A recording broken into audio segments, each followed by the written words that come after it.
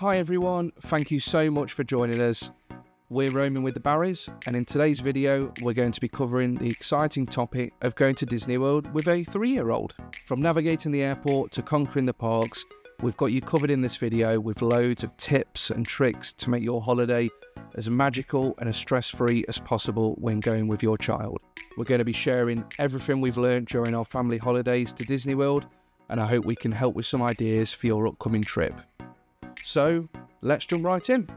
First up, let's tackle the airport and flight.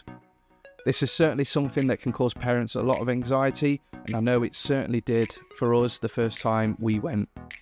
Airports are busy, chaotic places, and the long flight to Orlando can be tiring and boring for a 3-year-old. So here's our top tips for making that whole process as stress-free as possible. So tip number 1 is give yourself plenty of time. Everything will inevitably take a bit longer with little ones in tow, so arrive at the airport early and make the most of that time. We let Oliver explore and play around the departure lounge with us in tow prior to the flight, and this let him stretch his legs and have fun before boarding the plane. If you're there early, you can also deal with any child-type dramas without the time pressures, and it also gives you time to hopefully relax a little bit. We got to the airport around 4 hours before our flight, and we found this was plenty of time, and we were so thankful for it. So it's something I definitely recommend doing when you go in. Tip number 2 is give your little one their own carry-on bag or suitcase. We picked up a planet-themed suitcase from Ho Bargains for around £20, and it was such a fantastic purchase. We were able to pack it with his toys, snacks and spare clothes, and it saved us a ton of space in our own bags.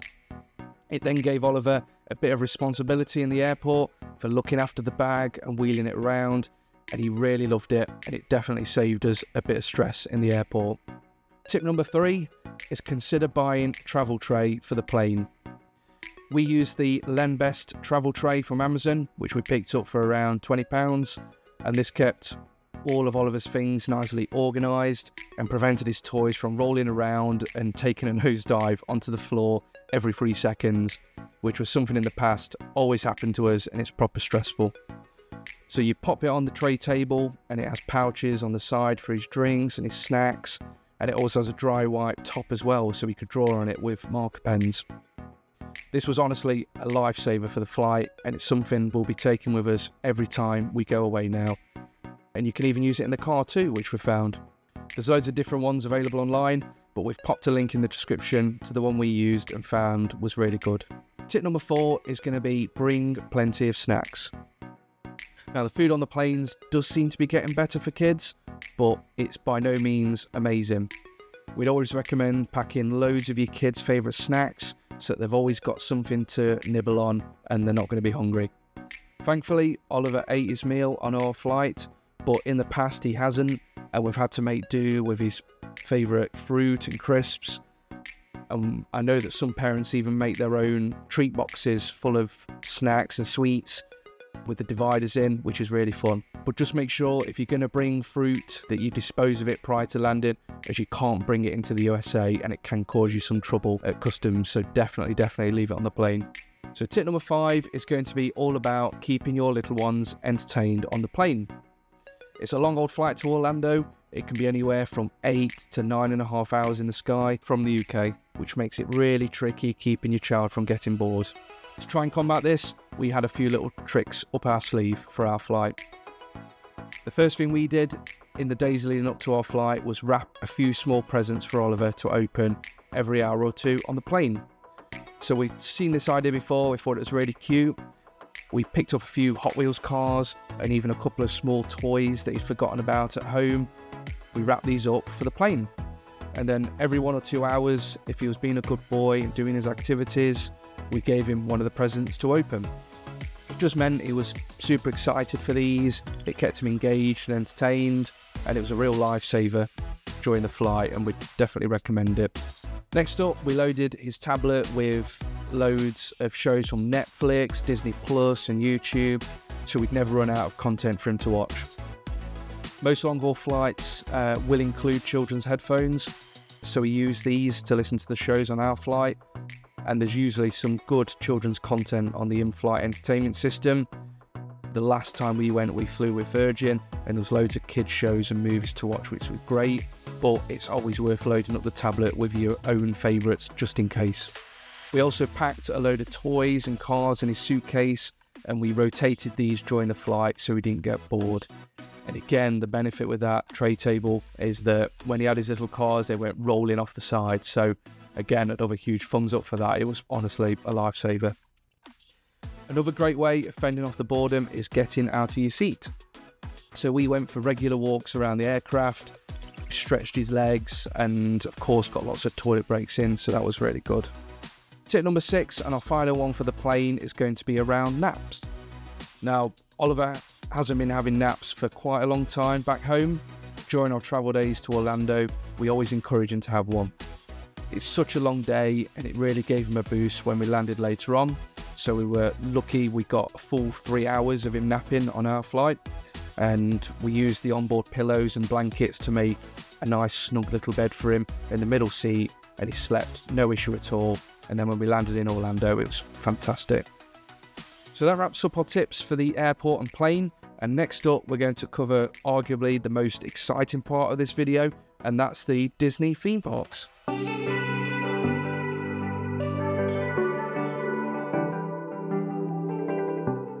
Walt Disney World is the ultimate magical family holiday, and we absolutely love visiting. There's just so much to see and do in the parks, it's mind-blowing, but it can be a little daunting going with a 3-year-old, and if you've been before without children, it's a totally different experience. So we're going to share some tips and tricks to make your time in the parks as fun and as memorable as possible. Tip number 1, watch a few park videos on YouTube before you go. Not only does it get them excited, but it also helps them familiarise themselves with the environment. Seeing some of the rides and the inside of the park definitely helped Oliver feel a little more at home the first time we went, and he was less daunted by it all. It meant it could also help pick out some rides that he definitely wanted to go on, so he was super excited by it all. We've got lots of videos on our channel if you wanted to watch some of our recent visits to the parks. We do lots of rides, walking around the parks, so it's a great starter for familiarising your little ones with the inside of the theme parks. And tip number 2 is possibly our most important for the parks, and that's going to be bring a pushchair or a stroller if you're American. Even if you don't use one in the UK, it's so important to have one here. The Disney parks are massive, which means you'll be doing loads of walking, sometimes in excess of 20,000 steps a day. So having the pushchair helped Oliver rest his legs and meant we had a fresher boy for most of the day. Pushchair is also fantastic for storing all your essentials. You can load it up with the heaviest stuff you want, like drinks, and it just means you're not going to have to carry that around all day, so that's perfect as well. Not only that, the pushchair was great for him taking a daytime nap or even crashing out for his evening sleep. We'd often pack his pyjamas, so when it got later in the day, if he was starting to get tired and he was ready for bed, it meant we could just get him changed, pop him in the pushchair, and he'd quite happily sleep. And it just allowed us to enjoy the parks into the evening or head over to Disney Springs for some chill time. Just as a last tip for the pushchair, make sure you have a decent rain cover, as you'll be leaving it outside when you go on rides, so if it rains you don't want it getting wet. Also, take a sunshade or an umbrella, so if your kiddo does have a nap, the sun doesn't wake them up. Tip number 3 is going to be around whether to use Disney's Genie Plus service inside the parks. The queues can get really long, and I'm not sure about your little one, but Oliver certainly doesn't like standing for any length of time waiting for something. So on a few days of our holiday, we purchased and used Genie Plus. As a bit of a summary of what Genie Plus is, it's a paid service that's available within the Disney World parks that allows you to make ride reservations for the majority of the attractions within the theme parks. It ranges from around $23 to $39 plus tax, depending on how busy the day is, so it can get pretty pricey for a whole family. But on those busier days, I'd say it's definitely worth it. It allows you to book time slots to return to the ride and go straight to the front of the queue, and it sometimes can save you hours of queuing, which obviously for having little ones is perfect. You do have to make the ride reservations on the day itself, so there's no planning days or months in advance with Genie Plus, but you can make ride selections every 2 hours or once you've ridden your most recent selection, and it's all managed via the My Disney Experience app on your phone.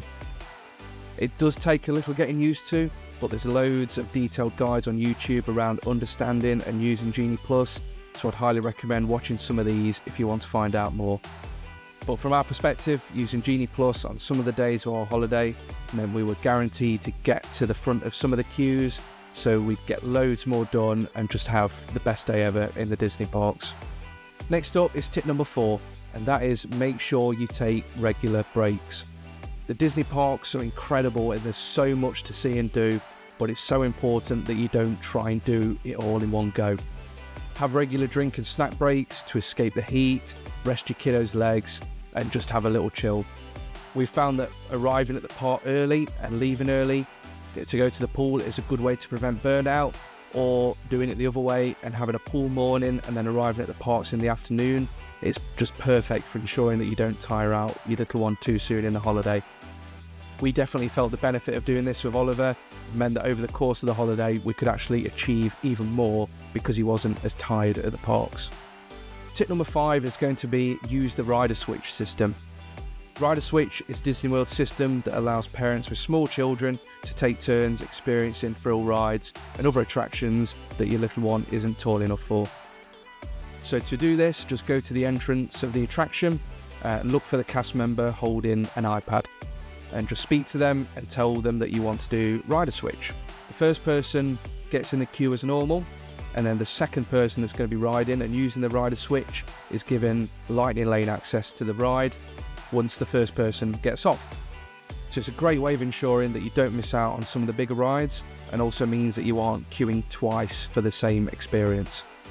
And the brilliant thing though about Disney World is that most of the rides are family friendly, so there's not going to be loads of rides where you have to do this, because the majority you can all ride together, which is obviously great. Next up is tip number 6, and that's to pack some swimming gear for your kiddo if you head into Epcot or Magic Kingdom. Epcot has the lovely Moana's Journey of Water, and Magic Kingdom has a great splash area in Storybook Circus. So I'd definitely recommend having some swimming gear for your little one so they can experience these without having soggy shoes and wet clothes after. The first time we went into Journey of Water with Oliver, he got absolutely drenched in his normal clothes, and even in the intense heat afterwards, they wouldn't dry as quickly as they should, so he had soggy trainers and socks, which, as you can imagine, trying to walk around the parks in those was pretty miserable. So the next time we visited Epcot, we were prepared and we packed his swimming gear. We got him changed and then let him go crazy and get as wet as he wanted. After we'd finished, we were able to change him back into his dry clothes, meaning we had a happy little chappy with no squelching shoes around the parks. The splash areas are also amazing for letting the kids cool down too, so definitely recommend that.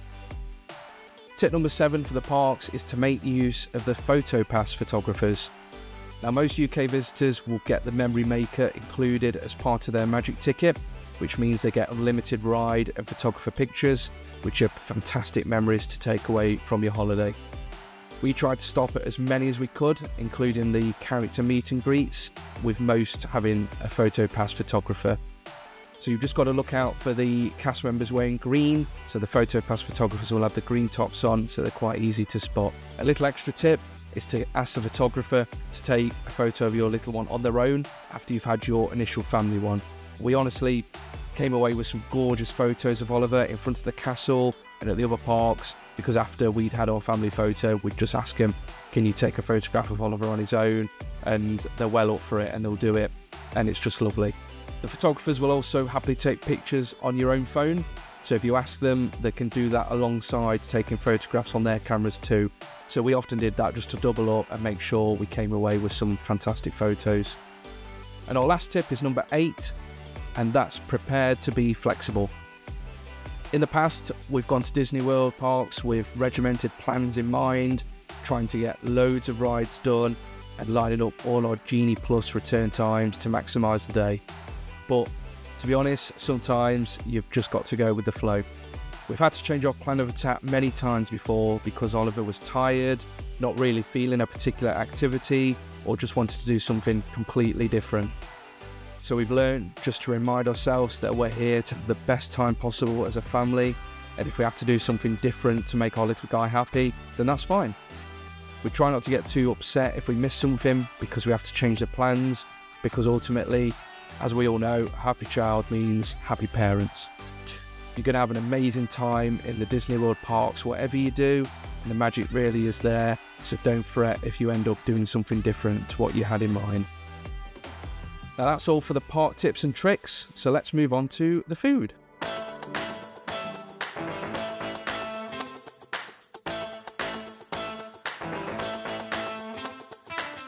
Tip number 1 for food is to make the most of the quick service kids meals inside the Disney World parks. Compared to some other meals, these are really good value as the portions are good and they aren't too expensive. They're priced at around $8 or $9 for a meal, and most of the quick service meals come with a main such as chicken tenders or pizza. As well as the main, you'll get 2 sides, which could be fries, a mandarin or coleslaw, and you can double up on these too. So if you want 2 lots of fries, you can do that as well. So really flexible for your kids, and you'll also get a drink with the meal as well. So for quick service meals, we love eating at Cosmic Rays at Magic Kingdom, or Connections Eatery at Epcot, or at Hollywood Studios you've got Woody's Lunchbox too, which is a great option. Either way, your kiddo will have plenty of yummy food to eat with the quick service offerings, and you're not going to be paying a fortune for them. Tip number 2 is to pack your own food for some of your park visits. As much as the quick service meals are great value, they can add up if you're buying them every single day in the parks. So some days we made Oliver sandwiches and a bit of a pack up for him. We brought snacks because you're allowed to. You can bring your own food and drink into the Disney parks. This saved us a load of money and also ensured Oliver always had some food on hand if he got peckish. To add to this tip as well, we also created and took in our own treat bags into the parks. So we filled these sandwich bags with sweeties, marshmallows, and other little candies and niceness, so that we always had some treats on hand. Because the sweets, chocolates and snacks in the parks can be expensive, so you don't necessarily want to be having them every time your child wants a snack. But of course, it's still really nice to experience the Mickey ice creams and other the lovely offerings that they've got in the parks. But we had these little snack bags on hand, so we always had something for Oliver, and it just meant we weren't constantly spending money. Next up is tip number 3, and that relates to bringing your own water bottle and drinks into the parks. Parks can get super hot, and it's really important to keep yourselves and your little one hydrated. But the drinks inside the parks are very expensive, and I wouldn't recommend relying on buying drinks every time you need one, because you're going to be spending a fortune. So we took our own drinks bottles, we took some Robinsons type juice pods and filled up all day at the water machines and at the dining locations, because you can get free ice water from most food places. So make the most of this to get yourself regular ice cold drinks. We were regular filling up our bottles, and it was an absolute lifesaver in the hot Orlando sun. Tip 4 is our final food tip, and that's to look out for the kids eat free deals. Some restaurants have weekly deals where they offer free kids meals with the purchase of an adult's meal. We've found some and used some before, so here on the screen are some that we found in the past. So on a Monday, you've got Four River Smokehouse. On a Tuesday, you've got Miller's, which we've used loads of times. It's really good, great food. You get a free kids meal with the purchase of an adult's meal. Denny's, Ruby Tuesday, Bob Evans have deals. And a great one is every day of the week, the Golden Corral. Kids 3 and under eat totally free. So that's always fantastic to save a bit of money.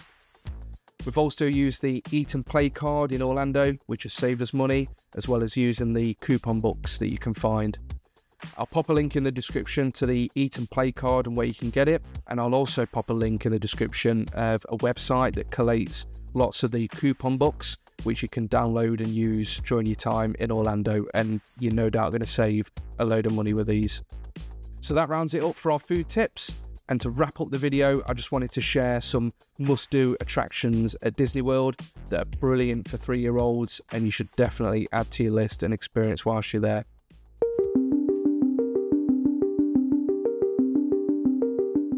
First up is Enchanted Tales with Belle, located at the Magic Kingdom.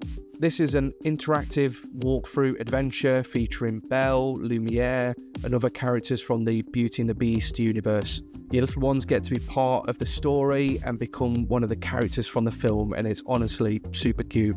The great thing is that every child can be given a part if they want it, no matter how many children are on the experience. So when we did it last time, Oliver was a little teacup, and honestly, it was absolutely adorable. And at the end, you get to meet Belle, and there's a photo pass photographer too, who will take your child's photo with Belle. So it doubles as a bit of a character meet and greet too, so it makes it even more amazing. We can't recommend it enough. It really is so special and immersive, and it's such a great one to take your kiddo on, and we definitely recommend it. Next up is the Tomorrowland Speedway, located in the Magic Kingdom. Oliver loves this ride. You know, he's mad about cars, and we just go on this every time because he's allowed to steer and drive the car when we're there. It makes him feel so special and grown up, being able to steer and race the other people around him. And of course, it's totally fine and safe because the car's on rails, so he's not going to be crashing it straight through Tomorrowland.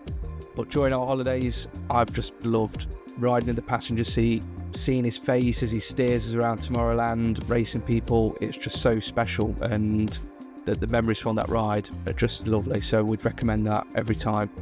Heading over to Epcot, I'd highly recommend the Frozen Ever After ride. So this is a song-filled journey into the Frozen film in a slow-moving boat ride that goes backwards and forwards, and it has some incredible animatronics and effects, and of course some absolute bangers to sing along to with your kids from the Frozen films. This is another ride I just love seeing Oliver's face on, just the point where Olaf skates by singing, or when Elsa sends us flying backwards with the famous song. It's just a proper magical one that's a must for your kids. Our next recommendation is the Festival of the Lion King show at Animal Kingdom. This is a Broadway quality show that runs regularly throughout the day, and it's just stunning. It features songs, acrobats, a fire breather. There's some amazing puppets that just bring the Lion King story to life. It's so great for little ones as it's interactive, and it's just a feast for the eyes. The whole theatre is just filled up with colour, action, and the kids just sit there and amazed at what's going on. It's incredible. There's also an opportunity for your kiddo to be part of the show, and normally the cast member will pick someone that's sat towards the front end of the row, so just something to consider when you're seated if you want your kid to try and be involved. But there's no guarantee they're going to be picked, but if they are, it's really lovely and it's really engaging. So we'd say this is a must-do show, and it's definitely one you're not going to forget. Finally, we head over to Hollywood Studios for the Nighttime Spectacular, possibly our favourite thing at Disney World, and that's Fantasmic. It's just an incredible nighttime show featuring fireworks, characters, live actors, water effects, pyrotechnics, lasers, music, audio animatronics, searchlights, decorated boats. It's just got everything, and honestly, it's breathtaking. The show is incredible. It can get a little dark in some places for small children, but not to worry, because Mickey puts a stop to that with some awesome effects from his sparkler sword, and he conquers over all the evil that's in the show. This is always a must-do for us when we go, and you'll see why when looking at your little one's face as they watch the show. Fantasmic is just Disney World through and through. It's exciting, over the top, extraordinary, and just magic. Fantasmic has an advantage over the other evening spectaculars too, in that it's presented in Hollywood Hills Amphitheatre, so you'll be able to sit down and enjoy the show rather than have to find a spot and stand like you would at other parks. I don't want to be too controversial in picking Fantasmic over the Magic Kingdom fireworks show Happily Ever After, but I must say that we just adore Fantasmic. It's our favourite. But if you can do both, definitely do. They're both incredible, 100% both worth seeing, but for us, Fantasmic is just wonderful. And there you have it. That wraps up all our tips and tricks for this video. There's honestly no place on earth like Disney World theme parks, and visiting with your children is such an incredibly special experience. If you've got a holiday planned soon, I hope you have the most amazing time with your family and little one, and you're going to be making so many special memories that you'll treasure forever, and all the planning, stress, money is going to be worth it a million times over when you go, I promise. And that's going to wrap it up for this video. So from the bottom of my heart, thank you so much for watching, and I really hope that you've picked up some useful tips and tricks. We absolutely love creating these videos, sharing our Orlando holidays and our days out. So if you'd like to watch more videos like this, then subscribing to our channel gives us such a huge boost, and liking the video would be incredible too. So thank you once again, and we'll see you in the next video.